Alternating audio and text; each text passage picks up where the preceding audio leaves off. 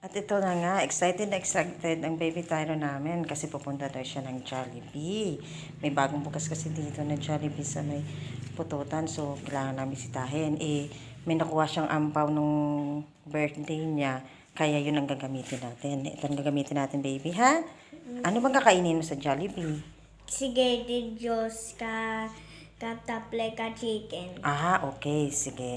Bakal kita, ha? Okay. Okay. Excited ka ba? Excited?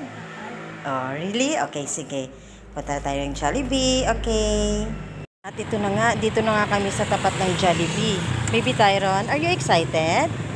O sige, makaon na kita. Okay nga. Sige, okay. Malaki nga pala talaga ang Jollibee dito sa Pututan. Pwede na rin. Para pag nagugutom si Tyron, dito na lang kami pupunta. Maraming tao.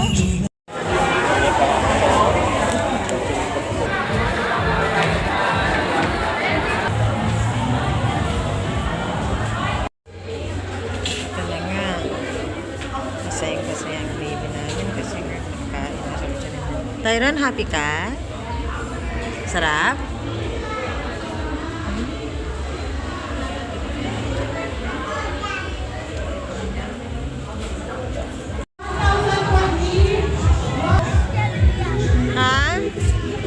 Ito nga, pauwi na nga kami pero ang dami pa rin tao.